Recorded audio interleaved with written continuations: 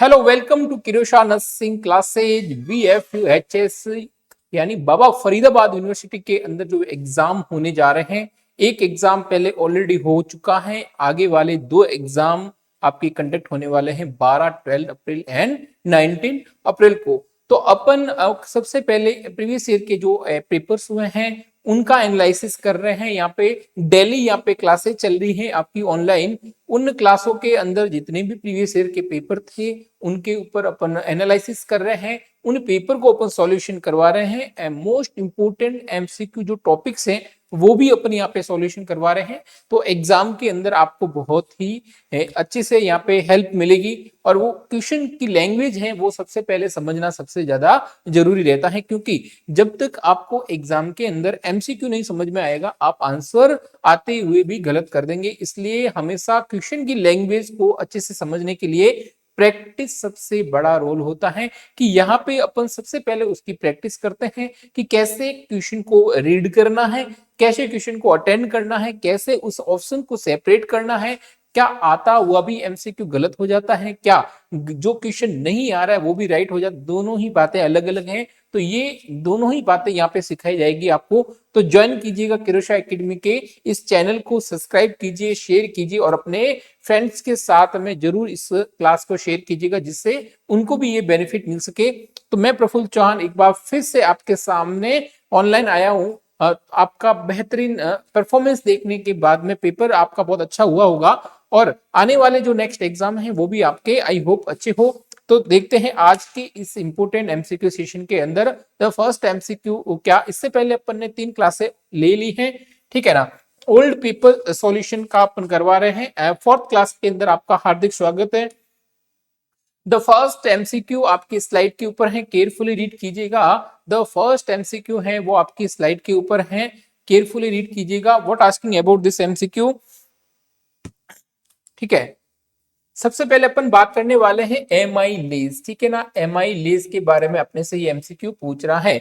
Has all of the following properties except, यानी इसमें से 4 जो है, सॉरी जो 3 ऑप्शन है वो क्या रहने वाली है, एमाइलेज की प्रॉपर्टीज रहने वाली है। और एक ऑप्शन ऐसा रहेगा जो इसका एमाइलेज जो है वो बेसिकली इसका रोल नहीं रहने वाला है, ठीक है ना। तो सबसे पहले अपन बात करने वाले एमाइलेज है क्या, ठीक है ना। ये एक क्या है, डाइजेस्टिव एंजाइम है, ठीक है ना।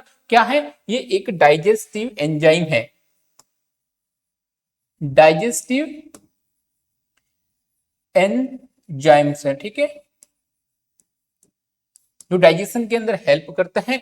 तो ये बेसिकली पहला ऑप्शन जो है, it break down the starch into the sugar. तो इस बात के लिए बिल्कुल अपन सहमत हैं कि स्टार्च को बेसिकली जो आपके पॉलीसेकेराइड्स है उनको सिंगल सेकेराइड्स के सिंगल शुगर के अंदर क्या किया जाता है, डिवाइड किया जाता है, ठीक है ना। जिसके अंदर आपका माल्टोज या फिर अदर सिंगल शुगर के अंदर, ठीक है ना, किसके अंदर,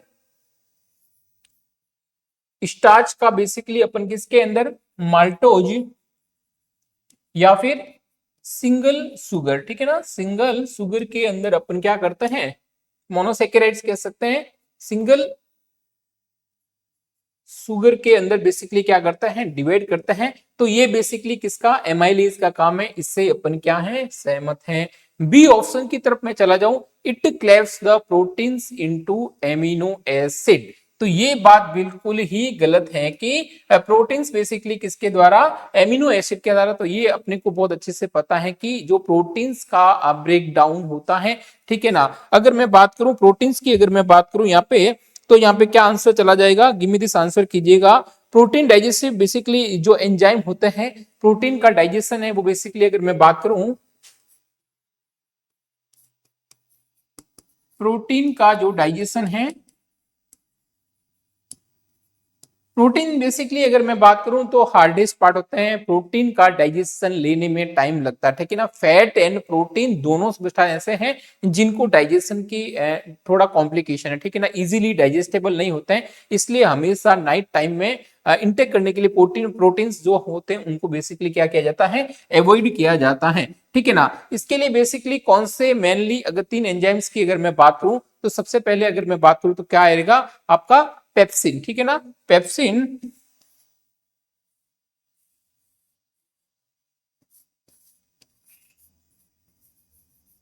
पेप्सिन, ट्रिप्सिन और कौन सा रहेगा, काइमोट्रिप्सिन, ठीक है ना, काइमोट्रिप्सिन यहाँ पे बेसिकली चला जाएगा, ठीक है। तो बी ऑप्शन क्या है, ये राइट नहीं होगा बेसिकली यहाँ पे, this is not a property of the amylase, क्योंकि बेसिकली प्रोटीन के डाइजेशन के लिए पेप्सिन, ट्रिप्सिन एंड काइमोट्रिप्सिन यहाँ पे क्या करते हैं, रेस्पॉन्सिबल यहाँ पे रहते हैं। I hope not for a amylase, ठीक है ना, बेसिकली ये एमाइलेज नहीं, एंजाइम्स होते हैं, जो बेसिकली कौन सा एंजाइम्स की बात कर रहा हूं मैं, pepsin, trypsin and chymotrypsin is responsible for the escape proteins into the amino acid, ठीक है ना। सी ऑप्शन की तरफ चला जाए, it is a component of human saliva, तो ये बात बिल्कुल सही है कि जो अपने सैलिवरी ग्लैंड से जो ह्यूमन, अगर मैं बात करूं, कार्बोहाइड्रेट बेसिकली सैलिवा के लिए सिक्रेशन रहता है, तो ये जो एंजाइम एमाइलेज जो होते हैं वो बेसिकली रेस्पॉन्सिबल रहते हैं, ठीक है ना, सैलिवा के लिए। हाई सीरम लेवल में be the indicated pancreatic inflammation, ये भी बात बिल्कुल सही है कि हाई जो सीरम होते हैं वो बेसिकली क्या करते हैं, इंडिकेट करते हैं पेनक्रियाटिक, ठीक है ना, क्योंकि elevated serum amylase level basically क्या करते हैं, सीन इनके द्वारा पेनक्रियाटाइटिस के अंदर देखने को मिलता है, ठीक है ना। हाई लेवल के अंदर जो एमाइलेज होते हैं वो बेसिकली किसके अंदर देखने को मिलता है, आपके पेनक्रियाटाइटिस के अंदर देखने को मिलता है, ठीक है। तो आई hope this MCQ will be clear. चलते हैं अपन नेक्स्ट एमसीक्यू की तरफ। द नेक्स्ट एमसीक्यू आपकी स्लाइड के ऊपर है, a patient who is a psychotic has just seriously cut his throat with a plastic knife after hearing voice telling him to kill himself in this fashion. Mention priority wise nursing goal to the considered. सीधी सी बात है, psychotic का patient है, ठीक है ना, psychotic का patient है और वो प्लास्टिक के चाकू से खुद का गला काटने वाला है, ठीक है ना, काट रहा है, या फिर ऐसे कह सकते हैं ऐसे पेशेंट के अंदर बेसिकली अपने को जो हेलुजिनेशन है, ठीक है ना, कौन सा, ऑडिटरी हेलुजिनेशन के अंदर यहाँ पे बेसिकली ऐसे पेशेंट के अंदर एक वॉइस यहाँ पे हियरिंग होता है कि कोई उसको ऐसे बोल रहा है या फिर कोई ऐसे उसको सुनाई दे रहा है, ठीक है ना।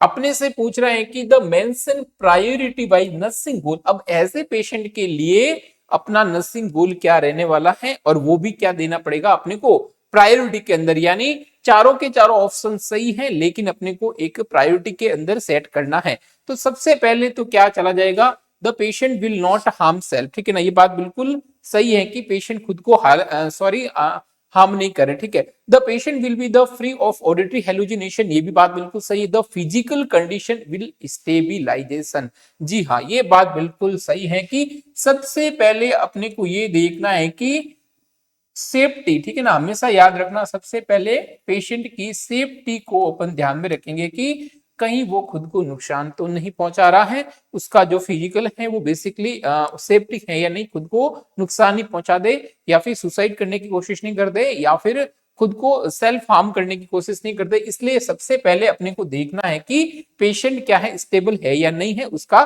फिजिकल स्टेबल या फिर कोई इंजुरी तो नहीं हुई है, ठीक है ना, ये सबसे पहले प्रायोरिटी रहेगी। देन उसके बाद में अपन बात करने वाले हैं the patient will be the identify the new coping stage, ये भी बात इतनी जरूरी नहीं है। उसके बाद में अपन ये देखते हैं कि पेशेंट विल नॉट हार्म, ये दोनों लगभग सेम ही है लेकिन प्रायोरिटी किसको दे दी अपन ने, सी ऑप्शन को, ठीक है ना, क्योंकि सबसे पहले जाते ही अपन ने देख लिया कि भाई पेशेंट के क्या कोई लगी होगी तो नहीं है, वो फिजिकल है या सही है। देन अपन उसको ध्यान में रखते हैं कि अब वो खुद को क्या नहीं करे, सेल्फ हार्म नहीं पहुंचा दे, खुद को इंजूर नहीं कर दे, इसके लिए अपन क्या करेंगे, कोशिश करेंगे। तो इसके बाद में सेकंड चला जाएगा। देन उसके बाद में the patient will be the free, अब उसको क्या कर सकते हैं अपन, एडिटरी हेलुसिनेशन से उसको फ्री करना है, ठीक है ना, कि उसको ये करना है कि आपका सिर्फ ये वहम है, ठीक है ना, ऐसा कुछ नहीं है, इसके लिए आपको ऑडिटरी हेलुसिनेशन से उसको फ्री करना है। देन फाइनली अपने पास में क्या चला जाएगा, the patient will identity new कॉपिंग stage, ठीक है ना। तो ये जिस भी ऑप्शन के अंदर देखने को मिल रहा है राइट चला जाएगा। तो ए ऑप्शन जो अपने पास में है वो बेसिकली क्या रहेगा, यहाँ पे राइट आंसर चला जाएगा। I hope this MCQ will be clear. चलते हैं अपन नेक्स्ट एमसीक्यू की तरफ। केयरफुली रीड कीजिएगा, हर एक वो एमसीक्यू आपके एग्जाम की दृष्टि से बहुत ही ज्यादा खास रहने वाला है। The nurse is caring for a patient post operatively who develop sinus tachycardia, patient किसका है, साइनस टेकिकार्डिया है, ठीक है ना, पल्स रेट क्या है, हाई है। विच of the following intervention should be the nurse perform, तो गिव मी दिस आंसर कीजिएगा। टेकीकार्डिया किसका, साइनस टेकीकार्डिया का पेशेंट है और किसके बाद पेशेंट, ध्यान रखिएगा किसका, पोस्ट ऑपरेटिव, ठीक है ना, पोस्ट ऑपरेशन यानी उसका ऑपरेशन हो चुका है। तो ऐसे कंडीशन के अंदर बेसिकली हमेशा याद रखिएगा पोस्ट ऑपरेटिव पेशेंट को क्या रहता है, फियर रहता है। सबसे पहले तो क्या रहता है, फियर रहता है, और क्या रहता है, एंजाइटी रहती है, एंजाइटी रहती है। ऐसे पेशेंट के अंदर फियर रहता है, एंजाइटी रहती है और रेस्टलेसनेस भी देखने को मिलती है, ठीक है ना, रेस्टलेसनेस भी देखने को मिलती है। तो ऐसे कंडीशन के अंदर अपन क्या करेंगे, नर्स विल बी द क्या करेंगे, परफॉर्म नर्सिंग रिस्पॉन्सिबिलिटी क्या रहेगी। सबसे पहले ऑप्शन जो अपने पास में ए ऑप्शन की तरफ अपन चलते हैं, अप्लाई वार्म ब्लैंकेट। क्या ऐसे पेशेंट को अपन वार्म ब्लैंकेट, तो इसका कोई रिलेशन नहीं है, क्योंकि वार्म ब्लैंकेट बेसिकली अपन किससे प्रिवेंशन करने के लिए, हाइपोथर्मिया, ठीक है ना। अगर क्या है पेशेंट हाइपोथर्मिया के अंदर है, उसका टेम्परेचर क्या है, बिलो, देन अपन क्या करते हैं, हम वार्म ब्लैंकेट दे सकते हैं। तो यहाँ पे इतना कोई जरूरी नहीं है, ठीक है। अब बात है एडमिनिस्ट्रेशन एट्रोपिन। तो एट्रोपिन अपने को पता है किसका ट्रीटमेंट है, ट्रीटमेंट करते हैं ब्रेडिकार्डिया को, ठीक है ना, किसके लिए, ब्रेडिकार्डिया को प्रिवेंशन करने के लिए अपन क्या देते हैं, एट्रोपिन। तो ये तो बात बिल्कुल ही ऑपोजिट हो गई, तो ये भी गलत हो गया आपका। सी ऑप्शन की तरफ मैं जाऊंगा, the position the patient in A left lateral, ठीक है ना। तो पेशेंट को बेसिकली यहाँ पे इतना कोई भी पोस्ट ऑपरेटिव, ये बेसिकली अपन क्या करते हैं, एस्पिरेशन से प्रिवेंशन करने के लिए, एस्पिरेशन से प्रिवेंशन करने के लिए, ठीक है ना, के लिए अपन क्या करते हैं, लेफ्ट लेटरल पोजीशन देते हैं। और कैसे दे सकते हैं, जो अनकॉन्शियस पेशेंट हो, ठीक है ना, जो क्या हो, अनकॉन्शियस पेशेंट हो, अनकॉन्शियस पेशेंट हो। मेन पर्पज अपना क्या रहता है इसमें भी, कि पेशेंट क्या नहीं करे, एस्पिरेशन नहीं करे, ठीक है ना। अब बात आती है डी ऑप्शन की, तो ये तो तीनों की तीनों हो गए रॉन्ग। अब मैनेज द पेशेंट्स एंजाइटी, ये बात बिल्कुल सही है कि अपने को क्या करना है, पेशेंट की जो एंजाइटी हुई है, जो रेस्टलेसनेस हुआ है, जो उसको डर लग रहा है, उसको अपन क्या करेंगे, मैनेज करेंगे। तो अपन बेसिकली, क्योंकि ये क्या करेगा, ट्रिगर करेगा, ठीक है ना, ये क्या करेगा, ट्रिगर करेगा, इंक्रीज हार्ट रेट को बढ़ाएगा, ठीक है ना, याद रखिएगा, ये आपकी पल्स रेट को बढ़ाएगा, हार्ट रेट को यहाँ पे इंक्रीज करेगा, इसलिए हमेशा और ज्यादा क्या कर देगा, सीवियर ट्रेकीकार्डिया के अंदर चला जाएगा। इसलिए अपने को मैनेज करनी पड़ेगी, पेशेंट को क्या करना पड़ेगा, काम करना पड़ेगा, और पेशेंट को बिल्कुल ही एंजाइटी फ्री करना अपनी रेस्पॉन्सिबिलिटी रहेगी, अगर पेशेंट क्या है, साइनस ट्रेकीकार्डिया का, ठीक है ना। तो ये सारे के सारे अपन ने ऑप्शन के थ्रू देखा है कि कौन सा ऑप्शन यहाँ पे बेस्ट आंसर है। तो बेसिकली डी ऑप्शन क्या चला जाएगा, यहाँ पे राइट आंसर चला जाएगा। द नेक्स्ट एमसीक्यू आपके पास में, the nurse administration which of the following prescribe drug for the purpose of relieving both the positive and negative clinical manifestations of the schizophrenia, ठीक है ना। सिजोफ्रेनिया बेसिकली क्या, एक thought disorder है, जिसके अंदर अपन देखते हैं कि पेशेंट खुद से अपने माइंड को सेटअप कर लेता है कि उसको क्या हो रहा है, कुछ दिखाई दे रहा है, कुछ सुनाई दे रहा है। पेशेंट बेसिकली ऐसे में देख सकता है कि उसके अंदर खाने के अंदर कुछ मिला दिया है। ये सारा का सारा क्या है, उसका कॉग्निटिव लेवल क्या हो जाता है, इंपेयर्ड हो जाता है। और साइकोटिक सिम्टम जिसका अगर मैं बात करूं, यहाँ पे मेनली अगर मैं बात करूं तो थॉट से रिलेटेड यहाँ पे प्रॉब्लम देखने को मिलती है सिजोफ्रेनिया के पेशेंट के अंदर। तो सबसे पहले अपन को बात की गई है कि ऐसे पेशेंट के लिए अपन कौन सी ड्रग दे देंगे। तो अपने को बहुत अच्छे से पता है कि जो एंटी साइकोटिक, ठीक है ना, सिम्टम किसके हैं, साइकेटिक के सिम्टम है, तो एंटी साइकोटिक, और उसमें भी कौन से, ए टिपिकल एंटी साइकोटिक, ठीक है ना, ए टिपिकल एंटी साइकोटिक, साइकोटिक, ठीक है ना, रेस्पेरिडोन बेस्ट ड्रग रहती है, ठीक है ना, रेस्पेरिडोन यहाँ पे सबसे बेस्ट ड्रग, या फिर क्लोजापाइन, ठीक है ना, क्लोजापिन भी यहाँ पे बेस्ट ड्रग रहती है, ठीक है। क्लोजामापिन बेसिकली यहाँ पे अगर मैं बात करूं तो क्या रहती है, बेस्ट ड्रग रहती है यहाँ पे। तो आई hope this MCQ will be clear कि यहाँ पे बेसिकली अगर मैं बात करूं तो क्या रहेगी, ठीक है।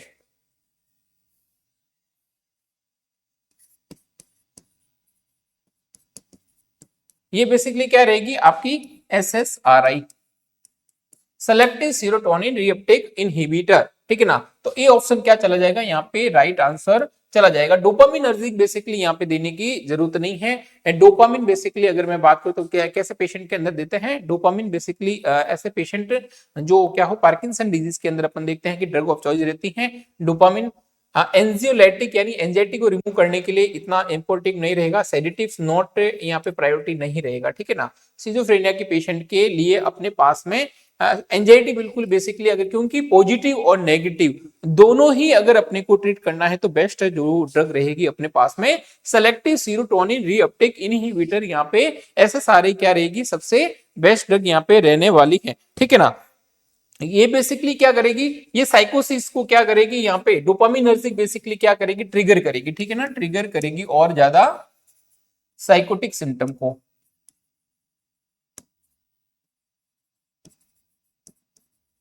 तो ये बेसिकली क्या रहेगी, कॉन्ट्राइंडिकेटेड रहेगी। द नेक्स्ट एमसीक्यू, उसके पहले जाने से पहले आपके पास में मात्र 399 के अंदर टेस्ट सीरीज, जी हाँ, practice make become perfect test आपको जरूर देना चाहिए, खुद को सेल्फ एनालिसिस करना चाहिए, जिससे कॉन्फिडेंस आएगा और जो क्वेश्चन गलत हो उसको वापस अपन क्या कर सकते हैं, करेक्शन, जिससे एग्जाम के अंदर वो क्वेश्चन गलत नहीं हो। इसके लिए आपको ऐप के अंदर जाना पड़ेगा, किरोशा एकेडमी के ऐप को डाउनलोड कीजिए, वहां पे मात्र 399 के अंदर आपको टेस्ट सीरीज मिल रही है, जरूर परचेज कीजिए और अपनी तैयारी को बूस्टअप कीजिए, practice make become perfect.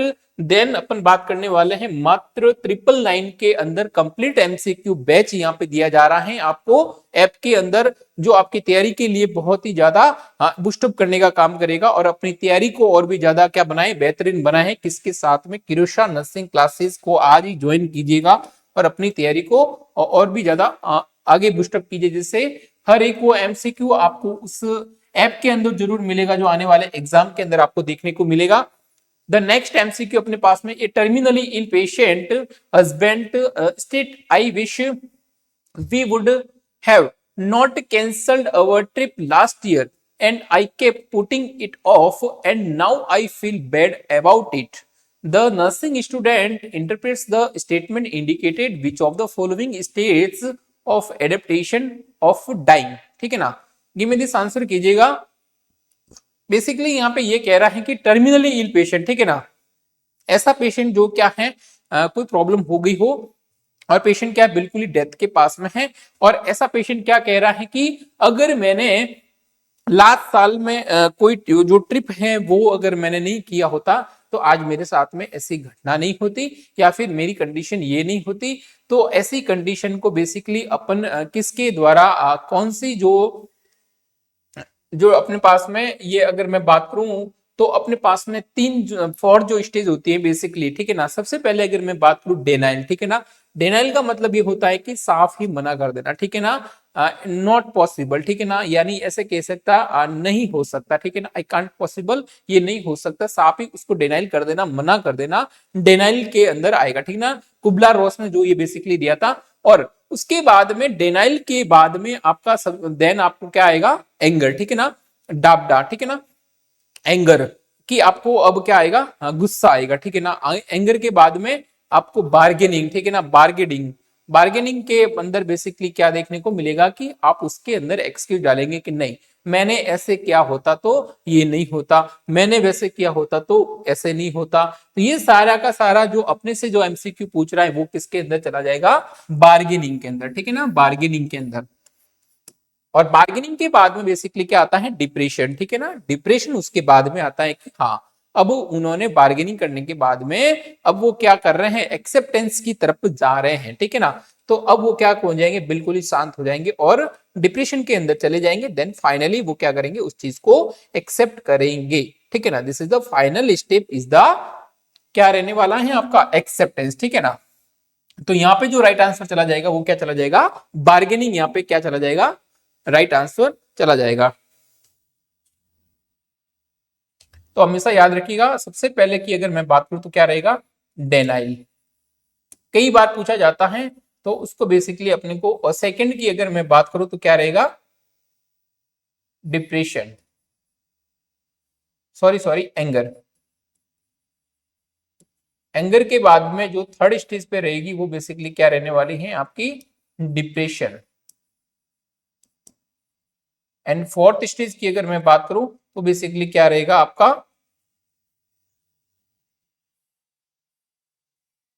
Third पे बेसिकली क्या चला जाएगा, बार्गेनिंग।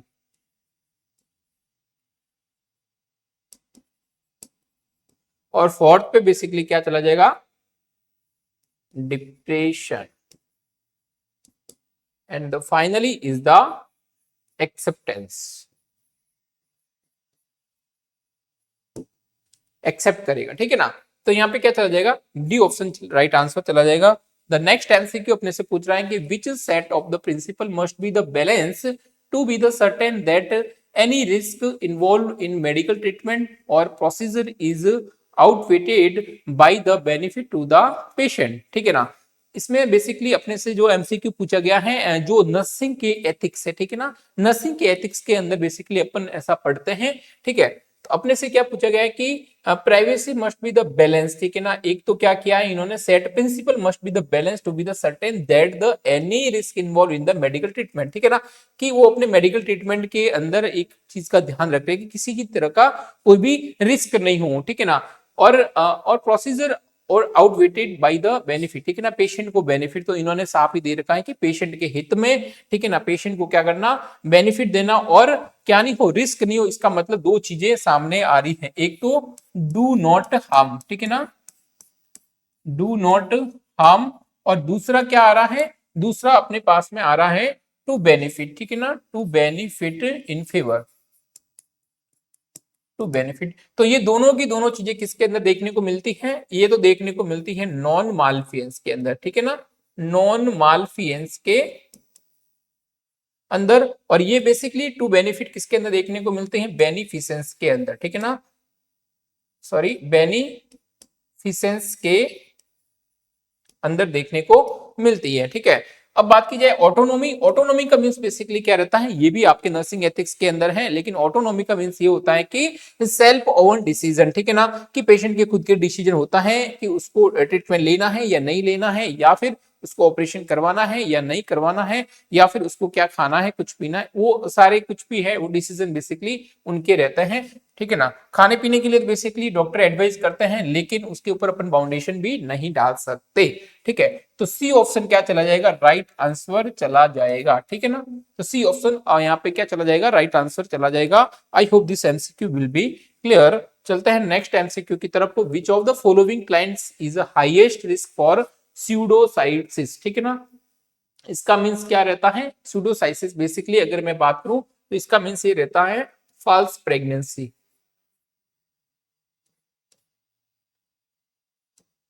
फॉल्स प्रेगनेंसी, ठीक है ना, फॉल्स प्रेगनेंसी।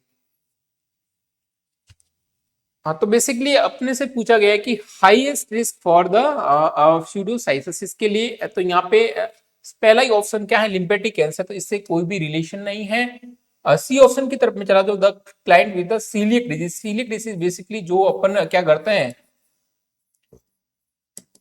जो ग्लूटेन प्रोटीन है, ठीक है ना, इसके अंदर देखने को मिलता है आपके जो गेहूं बाजरा, सॉरी गेहूं और जो राई है उनके अंदर बेसिकली यहाँ देखने को मिलता है। और ऐसे में पेशेंट को क्या होता है, जो ग्लूटिन नाम के जो प्रोटीन्स होते हैं इंटेस्टाइन के अंदर, उनको ट्रिगर करते हैं और सीवियर डायरिया और वॉमिटिंग होने के चांसेस रहते हैं, डाइजेशन नहीं होता है, ठीक है ना, नॉट प्रॉपर डाइजेशन। इसीलिए कौन सी बच्चों के अंदर देखने को मिलती है, सीलियक डिजीज, ठीक है ना। तो यहाँ पे बेस्ट डाइट कौन सी रहती है, इनको बेस्ट डाइट कौन सी देती है, राइस इज द बेस्ट, ठीक है ना, राइस यहाँ पे देते हैं सबसे बेस्ट डाइट, ठीक है ना। Then the client with the multi with grand multi parity, यानी ऑलरेडी प्रीवियस यहाँ पे अगर उनके बच्चे हैं तो यहाँ पे इतना उनको क्या नहीं होगा, हाईएस्ट रिस्क नहीं रहेगा स्यूडोसाइटिस, यानी गलत फहमी जो रहती है कि मेरे को फॉल्स प्रेगनेंसी की। तो ऐसी कंडीशन के अंदर जिसको क्या हो रहा है, बार बार क्या हो, मिसकैरेज, ठीक है ना, ऐसे में उनको गलत फहमी हो सकती है कि प्रेगनेंसी क्या है, फॉल्स प्रेगनेंसी के लिए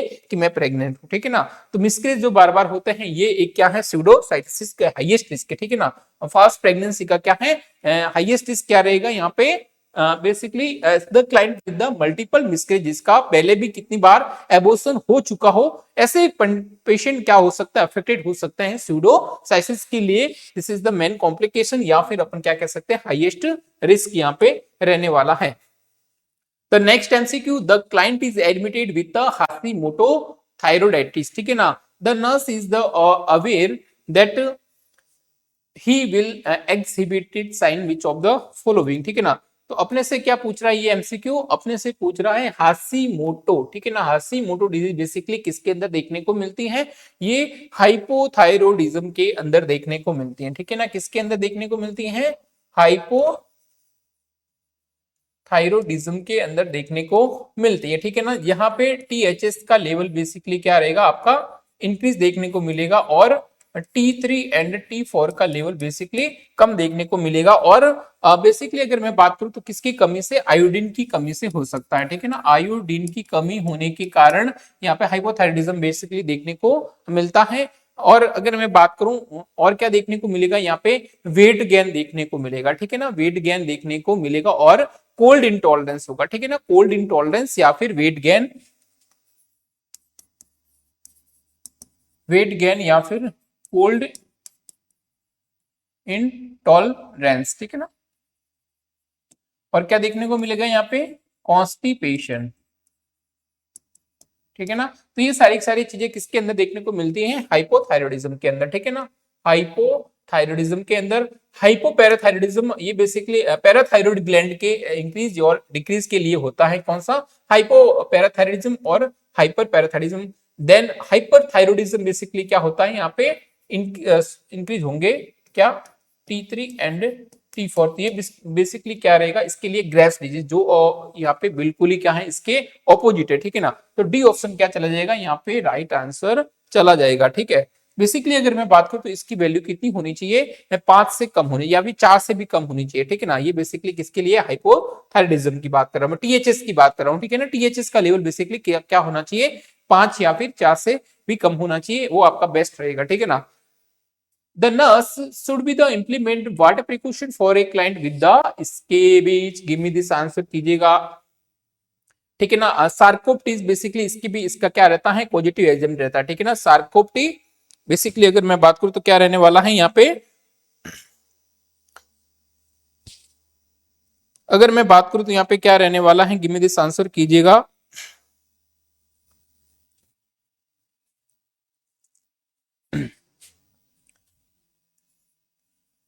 सार्कोप्टीज इसके भाई, ठीक है ना। ये बेसिकली क्या रहता है, इसका पॉजिटिव एजेंट रहता है, और ऐसे पेशेंट के लिए बेसिकली हमेशा याद रखिएगा ये, और ये कैसे फैलता है, कॉन्टेक्ट से, ठीक है ना, स्किन टू स्किन कॉन्टेक्ट, ठीक है ना, skin to skin contact, skin to skin contact. इसके लिए हमेशा कौन सा ध्यान रखेंगे, कॉन्टेक्ट प्रिकॉशन, ठीक है ना। क्या ध्यान रखेंगे, बेस्ट ट्रीटमेंट क्या रहेगा, इफेक्टिव कॉन्टेक्ट प्रिकॉशन रखना है, कौन सा कॉन्टेक्ट प्रिकॉशन अपने को रखना है। कॉन्टेक्ट प्रिकॉशन ओनली जरूरी नहीं है, नो प्रिकॉशन ये तो बिल्कुल ही गलत हो गया, नॉट फॉर ओनली, तो दोनों ही रखने हैं आपको, एक तो कॉन्टेक्ट प्रिकॉशन और स्टैंडर्ड प्रिकॉशन, ठीक है ना। तो इसके अंदर बेसिकली क्या आएगा आपका, हैंड हाइजीन, ठीक है ना, हैंड हाइजीन, हैंड वॉशिंग आप करेंगे, उसके बाद में आप ग्लव्स भी पहनेंगे, और क्या पहनेंगे, गाउन भी पहनेंगे, ठीक है ना। तो ये सारे के सारे किसके अंदर basically skin to skin contact से अपने को स्टैंडर्ड प्रिकॉशन है, ये अपने को हेल्प करेंगे एक दूसरे से स्किन डिजीज फैले नहीं, ठीक है ना। तो सी ऑप्शन क्या चला जाएगा, यहाँ पे राइट आंसर चला जाएगा। द नेक्स्ट एमसीक्यू अपने पास में, the nurse is planning the care of a client diagnosis with the acute gastro enteritis, give me this answer कीजिएगा, क्या रहने वाला है, the nurse is planning the care of a client diagnosis with the gastroenteritis, ठीक है ना। तो gastroenteritis basically अगर मैं बात करूं तो क्या होता है, फूड पॉइजनिंग के द्वारा हो सकता है, ठीक है ना। बेसिकली अगर मैं बात करूं तो फूड पॉइजनिंग, या फिर आप ऐसे कोई भी खाना खाएंगे, बेसिकली अगर मैं बात करूं एक्यूट जो गैस्ट्रोएंटेराइटिस है वो बेसिकली क्या होता है आपका, इसके अंदर आपके इलेक्ट्रोलाइट इम्बैलेंस देखने को मिलेंगे, ठीक है ना। इलेक्ट्रोलाइट, जो इलेक्ट्रोलाइट इम्बैलेंस है, इम्बैलेंस देखने को मिलेगा, और क्या होगा, हाइपोवोलुमिया होगा, और क्या होंगे आपके वॉमिटिंग एंड डायरिया, ठीक है ना, वॉमिटिंग एंड बेसिकली अगर मैं बात करूं तो वॉमिटिंग एंड जो डायरिया है, सबसे ज्यादा एक्यूट गैस्ट्राइटिस के अंदर अपन अगर मैं बात करूं तो क्या देखने को मिलता है, वॉमिटिंग एंड डायरिया, ठीक है ना। वॉमिटिंग एंड डायरिया के कारण बेसिकली क्या होता है, इलेक्ट्रोलाइट इम्बैलेंस होता है, हाइपोवॉलीमिया होता है, और जो अगर मैं बात करूं पोटेशियम की लॉस होता है, सोडियम पोटेशियम की यहाँ पे लॉस होता है। इसलिए अपने को सबसे पहले क्या मैनेज करना पड़ेगा, फ्लूइड एंड इलेक्ट्रोलाइट को बैलेंस करना पड़ेगा, ठीक है ना। जो प्रायोरिटी जो बेसिकली अगर अपने से पूछे गई नर्सिंग जो प्रायोरिटी है वो बेसिकली क्या रहने वाली है, यहाँ पे अपने को बैलेंस करना पड़ेगा क्या, इलेक्ट्रोलाइट बैलेंस को। बाद में अपन न्यूट्रिशन है, cell capacity, impaired body image जरूरी नहीं है यहाँ पे, ये तो सारे नोट रेस्पॉन्स नोट प्रायोरिटी, ठीक है ना। तो सी ऑप्शन क्या चला जाएगा, यहाँ पे राइट आंसर चला जाएगा। I hope this MCQ will be clear, ठीक है ना। तो आज का ये इंपॉर्टेंट एमसीक्यू सेशन यहीं पे होता है समाप्त। तो ओल्ड आपको ऐप के अंदर मिलेगा मात्र 150 रुपीज के अंदर सारे प्रीवियस ईयर पेपर मिलेंगे। बहुत ही शानदार यहाँ पे अपॉर्चुनिटी है आपको BFHS के अंदर लगने के लिए। तो ज्वाइन कीजिएगा कृषि एकेडमी के चैनल को, और ऐप के अंदर बेहतरीन प्लान आपके लिए अवेलेबल हैं, जरूर ज्वाइन कीजिए। Okay, thank you for watching this class. फिर मिलेंगे अपन एक धमाकेदार एमसीक्यू सेशन के साथ में। तब तक के लिए स्वस्थ रहिए, मस्त रहिए और अपने आप को बूस्टअप कीजिएगा। Okay, thank you.